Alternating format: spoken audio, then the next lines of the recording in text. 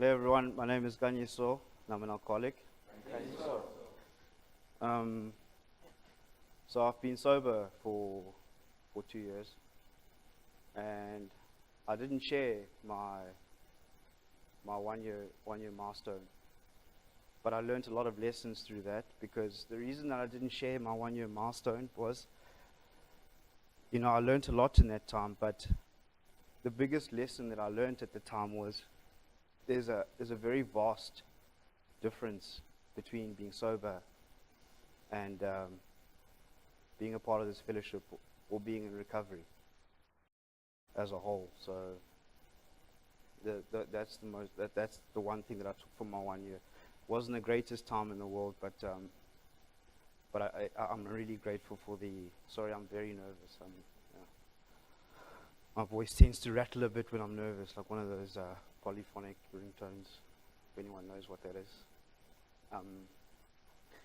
Yeah, I guess I'll start from the beginning. I come from a normal family, very loving family. My parents are still married, and my parents both come from abject poverty. I think both my grandparents are illiterate, they can't read or write. So my parents worked very hard to try and give me the best in life. I grew up with every advantage in life. My private schooling started from the age of 3 years old. I went to a private preschool as well. And I can remember from a very young age, my parents trying to teach me the right ways. I was taught how to speak properly from a very young age, to pronounce my words. They really wanted the best for me, and I did the best I could. From that time to the time I finished high school, I was a very normal child. Nothing stuck out about me.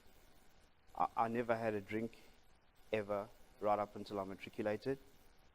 I never dated.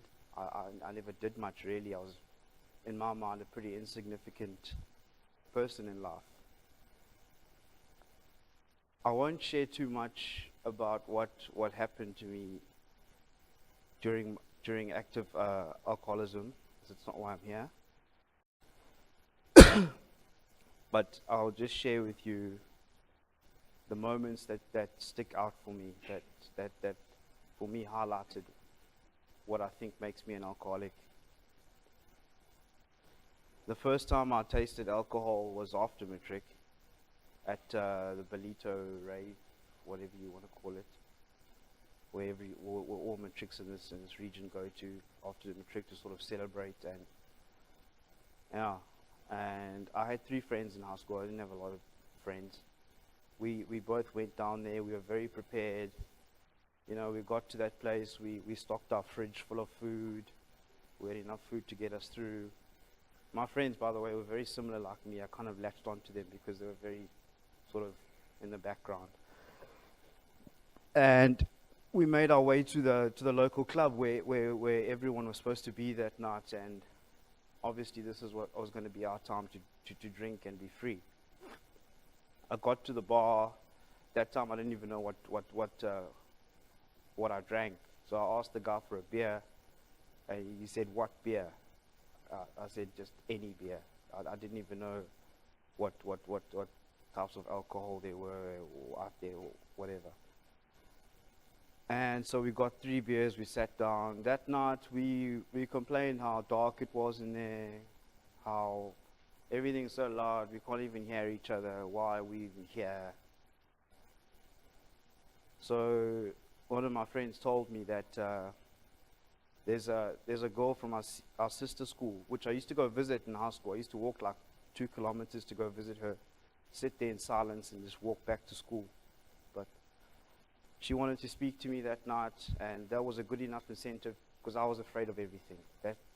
I didn't want to confront anything. I was just a nervous child. So I went outside, SMS'd my friends. We SMS'd at that time, and said we should get out of here. This place is not working out. So they were all too happy to leave. So we left. Walking down the road, I bumped into one of my schoolmates who'd never said 2 words to me in high school. And he said I should join them. So we went to where they were staying, and they didn't have food in their fridge. They had alcohol. and we talked like we were old friends. Me and this person, we connected, we clicked. It was like we'd known each other for forever. And that night, I told him about my dilemma. I went back there to the club, and every fear that I had about life was removed. Everything that I didn't know how to say, I could say. Everything that people thought of me didn't matter. Whatever people thought of me, it didn't matter. And I don't remember much about that night, but those are the feelings around that sort of night that I do remember. And morning, I didn't know where my friends were. I felt good inside, and that's pretty much how my life was for the next sort of 20 years. Won't go into many details about that, but I never really cared. But the removal of fear, that's what I was attracted to. I used to drink my favorite part about drinking, I used to drink to the point where I literally didn't care. That was my favorite part. When I don't care, then I'm free to do anything. I don't care what people think about me, and that was it. So it was time to start varsity. My father's a very hard man. My parents are big disciplinarians.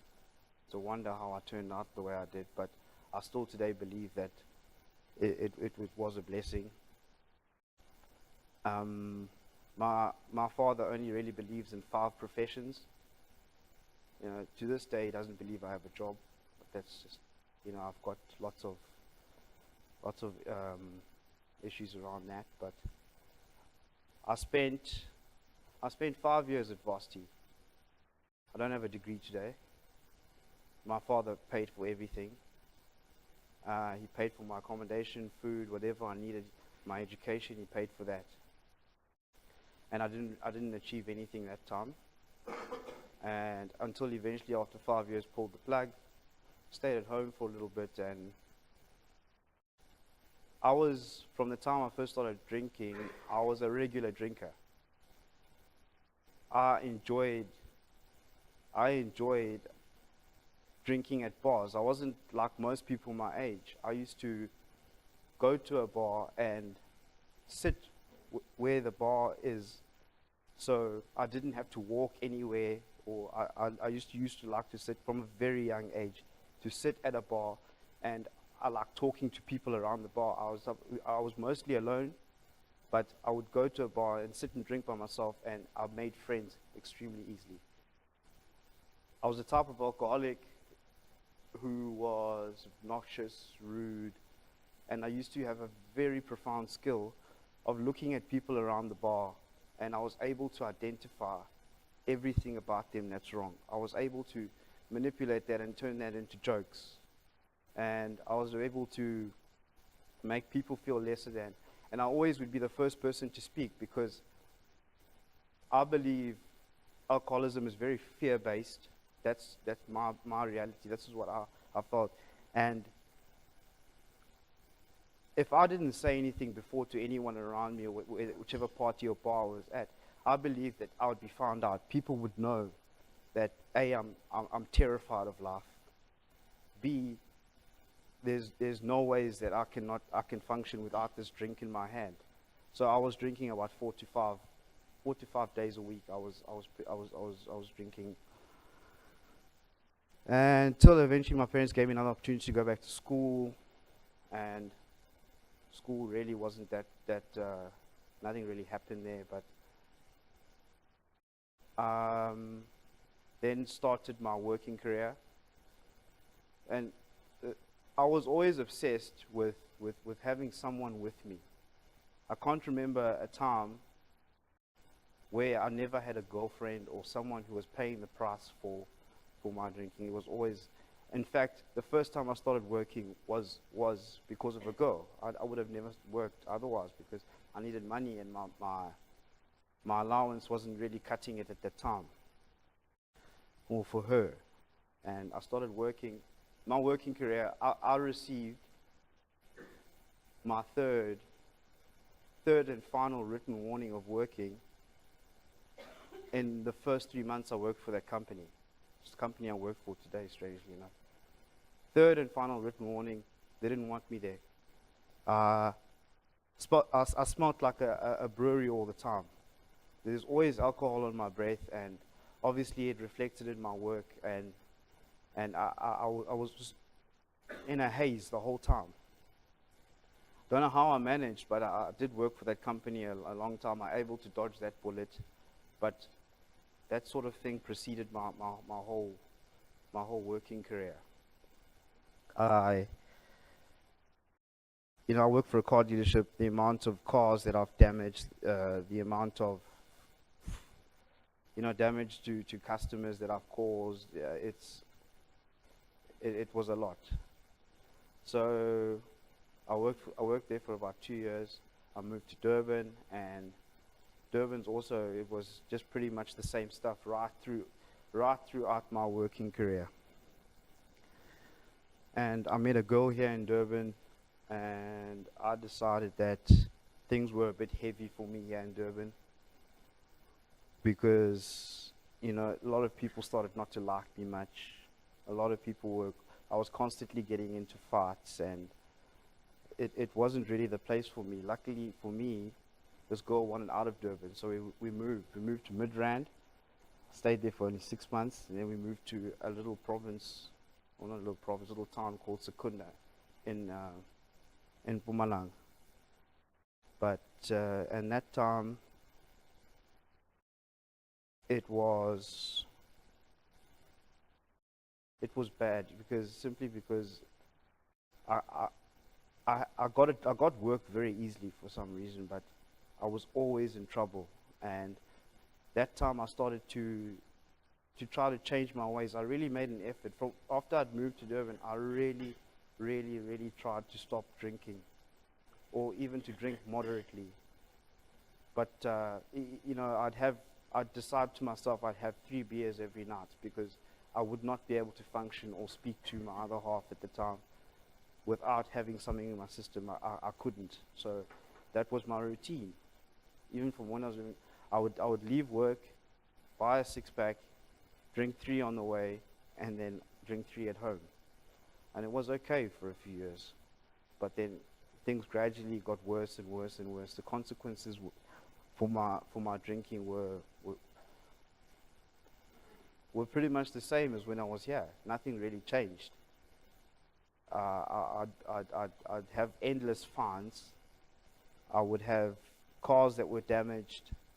The cars that I drove were always dirty, and customers were always complaining about the way I smelled. As far back as I can remember, I always smelled like alcohol. I don't know why I thought it was okay for me to smell like that at work. But sometimes I would think that I don't smell like alcohol because I stopped drinking at 1.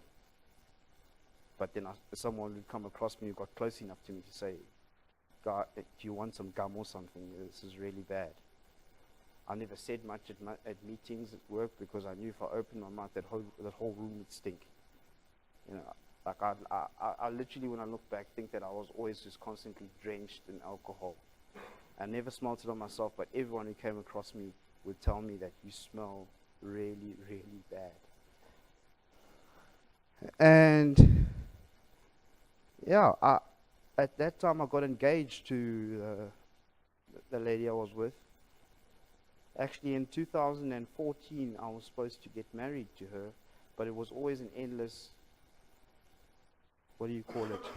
postponing it. Because reality is, I was never even in that relationship for her. I don't even really think I loved her. I know I didn't love her. But she was the one person who was very organized. She was well educated. She used to put my life in order, make sure my work clothes were clean, make sure that I've got savings. She used to make sure that I've got enough to eat, and she's like my mother. And she could only carry on for so long. Things fell apart there, and I came back to KZN. And I went through all the savings that I'd had over those years in a matter of months. And once again, I was unemployed. I didn't really think I was employable at the time, but I wasn't really interested in finding work. My most comfortable thing to do was to wake up, the bar opens at 11 o'clock, is to go have a beer and sit, and I could literally sit and talk to random strangers for the whole day. It felt comfortable, it felt okay. I thought that kind of life that I could get away with, and I thought that kind of life was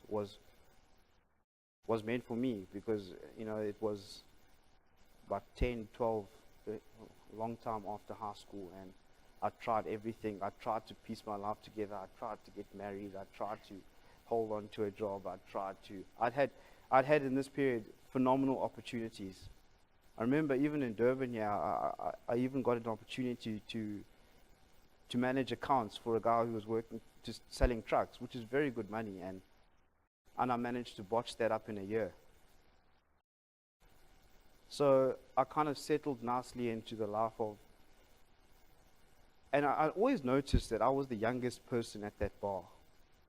And these people that would be sitting and drinking with me, they would highlight that for me, but it didn't matter. That, what are you doing here? Shouldn't you be at work or school or something? Shouldn't you be doing something with your life? You really shouldn't even be here at 11 o'clock, but I was there. And that's how I spent my days for a long time. Drinking and then going to really dark places at night. I used to like being alone. Reason for me liking to be alone is because I didn't really want to have to explain my behavior to anyone. I knew I was the type of person that would do unspeakable things, and I knew that any person who had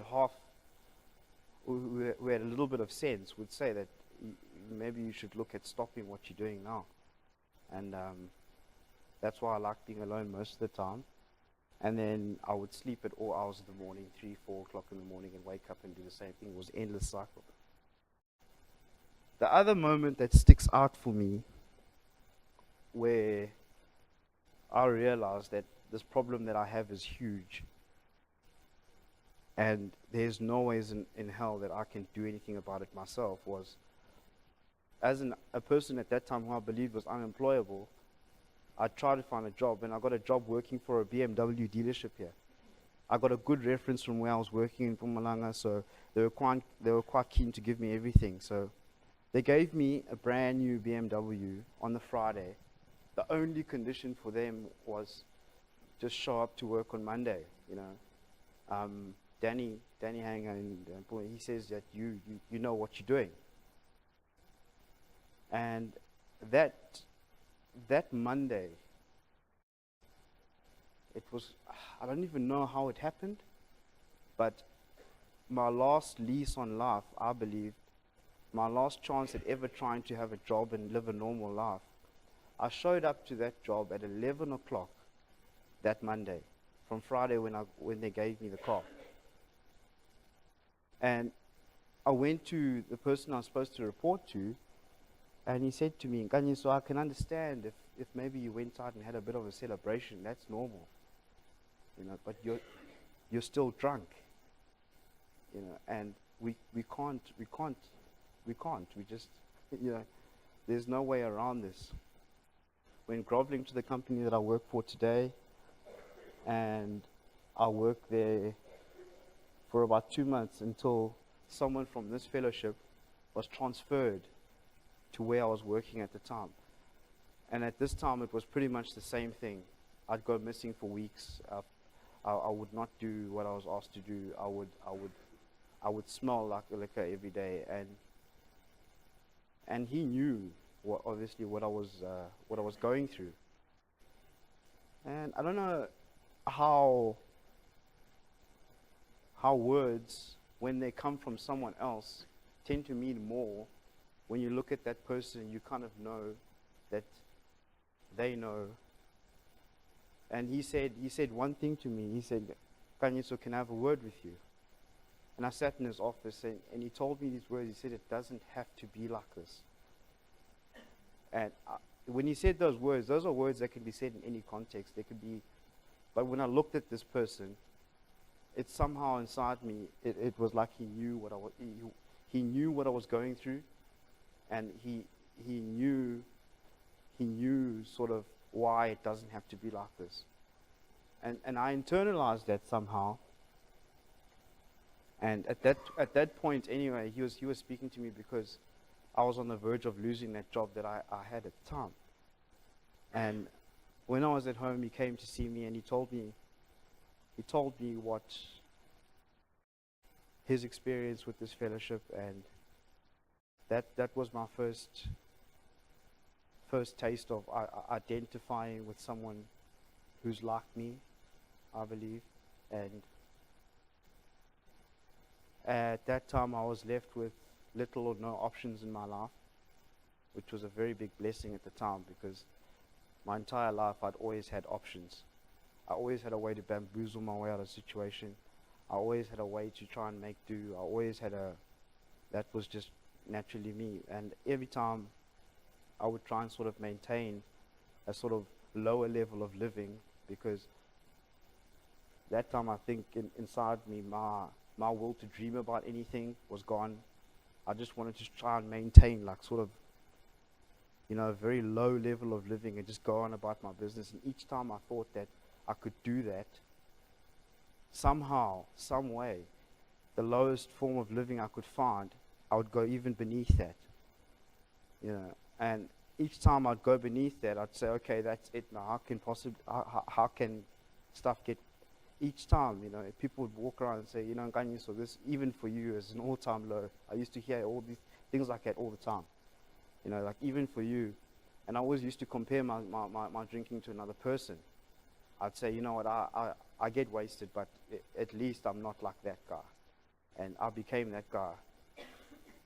People would talk that at least you don't drink like that individual.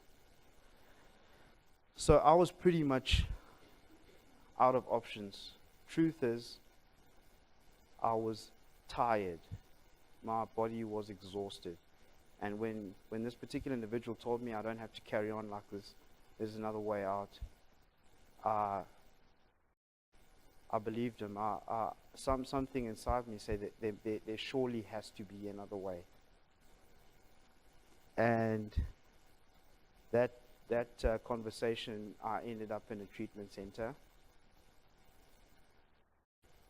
When I got to that treatment center, all I had to declare was about 20 rand, some change, and a dealer phone. I don't know if anyone knows what that is. I'm sure some people do. And I really didn't have anything to my name. I didn't have my family anymore. My working prospects were all gone. There was no ways in hell that I would ever find another job. That was me. And when I look back, it's quite sad, but that is a very special place I was in. Inside, it was the biggest gift for me ever that I could have received from the God of my understanding. So I declared that stuff, and I woke up in the morning, and I was still a very cynical, hateful person. I had blame for the world. Even my father. Believe it or not, my father was on my resentment list. A man who'd literally spent his whole life looking after me and my mother. I had resentments for him. I was just a hateful person. I'm ashamed to say now, I woke up that morning and I looked around me and I just said to myself, there's no ways I belong here. This is just white privilege at its best. And I'm ashamed to say that, but this is how I thought. And it was on the steps, and I met this young gentleman here. That was the first time I spoke to someone who knew who I was. And that was comforting in its own sense. And I was so tired at the time that I heard a lot of people say, this is my third time here, fourth time here, and I knew what life was waiting for me on the outside. I knew that. I knew and internalize that surely if whatever the hell this is doesn't work out, that's me, I'm done. There's no ways that anyone can beat alcoholism or the disease that I have outside of any. Yeah, this is the one shot that I had. And when I heard those things, I shut my ears. I said, whoever's here who can show me a way, that's the person I'm listening to. And any lengths is what I was told, that it would take any lengths. And it's strange to say that the urge to drink, like when I followed everything that I was told, that was the easy part. That I did everything, you know. You could have told me to go and bark at a tree in the evenings every night. I would have done that. You could have told me to do anything. I started for the first time in my life opening my ears. And my whole life I'd always known. For the first time in my life, I started asking questions. I've never asked that many questions in my life, ever. School, high school, work, wherever. I just knew. I always knew. That I knew. And I asked questions, and whatever they told me to do on my knees every night and evening, which is something I still do today, I did that. They said I should follow everything basically I was told. And I don't know when it happened, but I never craved alcohol.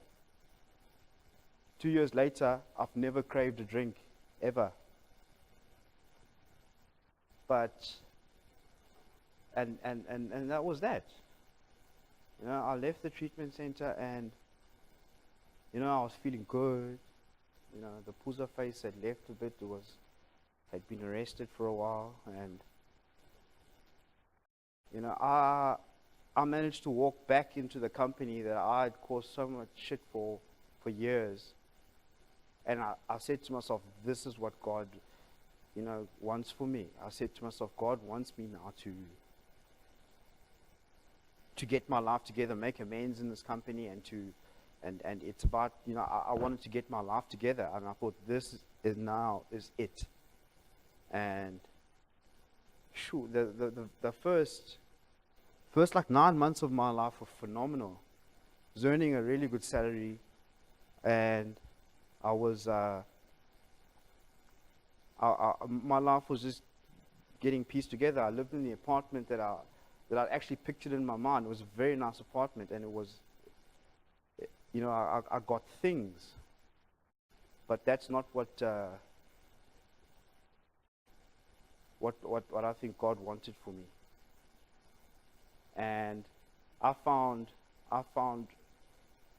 sobriety in a very humble place, through a genuine surrender. I found sobriety by quitting the fight. And my first 9 months of sobriety, surrender started to wane, and I stopped being powerless. I wasn't powerless anymore. And, you know, my contact with my sponsor was very limited. I made my own decisions, and I was a man in his own right. I was so, and the whole time this was, I never craved a drink, but, you know, in that time, I'd like to say that, you know, I had a few suggestions. I was asked to leave the job I was working at, and I said, no fucking ways is that happening. And I was making my own choices. Now I'm not going to play the martyr, but over time I eventually quit that job. But it's not because I wanted to quit that job. It's because it was so painful to be in that job. And the rest of the time I was clamoring, trying to hang on to things that this fellowship had given to me absolutely free of charge. I was trying to hang on to all these things, and it was just falling apart all around me. And funny thing is, without a drink in my system, my problems ran concurrently from the time I was drinking to the time I was sober. They ran like this, identical, no difference. Work and private life, everything. Said no relationships. I said no, I just won't tell them. I'll keep that to myself. Not honest. I wasn't an honest guy. I'd leave meetings sometimes on Fridays, and head off down to South Coast, North Coast, where I'd booked the resort with a lady friend. It was, no one really knew what was happening, and I wasn't in recovery, and I always looked to stuff that I had, a person, whatever. Those are the things that I thought that I should get together, and then I'll be all right. And it wasn't okay. I remember the girlfriend that I had found, I started dating another girl. It consumed me so quickly, because I wasn't a whole person. Because when I met her, it was 2 weeks down the line. She had my house keys. She still has them today. I can't get her to speak to me anyway. And sober as a judge, she told me I was batshit crazy. She can't do with this. I thought, how is this even possible with someone telling you you're crazy and you don't drink, and they're having wine like every night? How can you possibly be crazier than them? But and as time went past, I thought I could carry on like this for a while, but my life was so unmanageable to the extent that I was on the verge of having no money. I was on the verge of losing everything. I'd left the job that I was working at, and I didn't know how I'm going to pay my rent, nothing. And I remember how I found what I call recovery, what's called recovery. I found like long-term sobriety, or to this day. I don't know how long it's going to be, but when I went down on my knees, I knew what kind of, because of the foundation I had, I knew where I was. I knew exactly where I was. And I went down on my knees. My surrender at that time was so genuine to the point whereby, in all fairness, I should have picked up a drink. And I said to the God of my understanding that if that's in my reality and my truth, in order for me to learn whatever I need to learn then so be it. If I'm to move out of here and move back home, as humbling as that would be, I was willing to accept all of it. And I believe that things were so great for me this time, because I was initially in the fellowship. I was a part of the fellowship. 1990 I was traveling from Maritzburg to the Durban fellowship and here. I had a company car that covered like 3,000 kilometers in 2 months. That's what it took for me to get sober. I was committed. I had service positions and whatnot. So at that point, when everything was just not okay, I wasn't okay inside. I found humility again. I found what a connection again with the God of my understanding. And on my knees, when I got up, which is what I did every day, is praying for the knowledge of God's will and the strength to carry that out. That's how I lived my life that day moving forward. That time, fellowship I was part of, I was not present in my service position there. They wanted to fire me. Imagine getting fired from anyway. And something inside me told me that I'm going to fight. Not fight, but I asked them if guys, I understand that everything that I've done, I understand that I'm not present and no one really can rely on me. But something inside me told me to really hang on to that one service position. That one service position kept me going to that meeting. First time in my life I was more interested in what happens in that group more than my own. my own agenda. Whatever was happening, I would go to that service position. And during my first few months of working, I had sort of decided that I don't have time to go and share at during the day because I sell cars for a living. I can't just leave and go and share in the middle of the day. What is that? Well, didn't matter to me anymore. I take time, tell my boss, whoever it is at the time, I say I need to go somewhere for an hour. You wait for me, I'll come back. I started following suggestions. I started speaking to my sponsor. I do an inventory every single day, and it's not an inventory whereby like I just do it out of. And it took me a long time to realize that an inventory is not for my sponsor. An inventory is for me.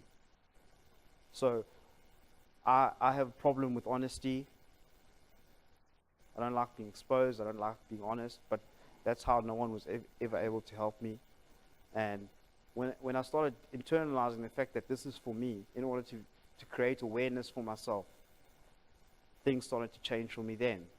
I started to do this inventory, and I used to know exactly what's going on, what I've got in stock, what's inside, what I need to sort out, what I need to do. And I started doing that religiously. And when I'm on my knees, even to this day, no matter what's happening, it's always a quiet time for me to reflect, to surrender. I think that was the thing that I lacked the most, surrender. I was always willing to be on my knees and get up and just pick up the fight again, just go get him. That's what I thought that what was in store for me. And at that point, my life began to change. Everything that I have in my life today, that's in my life, my friends, my family, where I work, I can safely say all that stuff landed on my lap. It was all chosen for me. I have the most unlikely group of friends that I wouldn't have chosen for myself. And where I work today, when my life was a mess at the time, and I was working in a place just because I'd left the place where I was working, it's a long story, but they literally picked up the phone and said, Kanyiso, do you want to come back and work for the group? Come work here. I never made an application for that job or anything like that. It was phone. I went from a guy who couldn't even show up to the first day at work to a person who literally people can phone and say, listen, do you want to come work here? So that was chosen for me. I never asked for it. And during this period, and I attend 4 meetings a week. I remember when I was around 9 months or a year, I said, you know what, maybe I can do 2 or maybe 3 meetings, but I attend 4 meetings a week religiously, without a doubt. That's the primary thing that I do. I hold 3 service positions, and my recovery is now my priority. I don't think I know anyone who's not in recovery. I don't know anyone really who's not. That's where my life is. It's with the people in this room. It's with this fellowship. That's what my life's about today. And today it's easy. Finding recovery for me, it's like a cheat code for life. Don't get me wrong. I have a lot of problems, like everyone else, but I don't see how any of it can be at the end of the world. I'm not flippant or careless about life. I would say that whatever will be will take care of itself, but I don't have that anxiousness to try and fix things. I don't have that anxiousness to try and be a person who knows things, but like nothing really gets in my way. And you know, there's simple things that I do, and this might seem a little bit arrogant, but I remember when my sponsor first told me when I came here, and you know, they said to me that 3% of people only make it in this program. So I went to my sponsor and I said, well, if 3% make it, what the fuck am I doing here? Because even if it was 50 or 60 or 80%, me personally, there's not a chance. And he said to me that you just do 5 things and you'll be fine. And that's what I do. I do those things that he asked me to do. I do service. I'm on my knees every night. I speak to my sponsor. Just got blank. Yeah, God in unity. Thank you. And I cannot honestly tell. Like, I don't believe that I will have a drink ever again. But it's just for today. It's what I did this morning. It's what I'll do tomorrow. And my experience is, if anyone wants to recover or stay sober, it's 100%. I was very scared at times. Like I was fearful of that 3% thing. When you look at this room alone, there's very few people that will remain sober. Not a lot. But I believe as a person that this program, the 12 steps, living them, there's another thing, living all 12 steps on a daily basis, I believe that there's no ways I'll pick up another drink. There's not a chance. And the happiness I feel, I don't have a lot. But it's going to sound opposite to what I said before, that I found recovery through humility, but the contrast to that is it's made me that much more powerful as an individual, because not an arrogant man, I don't really know how to explain it, but I don't feel that there's anything that can lead me to drink again or to feel any kind of way, as long as I give my best effort to this. And that's all that's ever been asked of me, is my best effort. And I think somehow God knows. I think he has a gauge of what your best effort is. I don't use the excuse I'm doing the best I can. I believe that God really knows what my best effort is. And if I give my best effort to this, everything just falls in place. I'd forgotten I was sharing today. And, normally I wouldn't be here. But I don't believe in coincidence now. A person that never really sends me messages, sent me a message this morning to remind me. But the way my life is aligned is I'm here now. I woke up at 8 o'clock in Durban this morning. No idea that I'm sharing here. And I was up and I'm here. Don't believe that's a coincidence at all. The more time I spend in recovery, I don't believe in coincidences. I believe it's the way I've aligned my life, and everything will be exactly the way it should be. I think I'll just keep it there. Thanks for letting me share.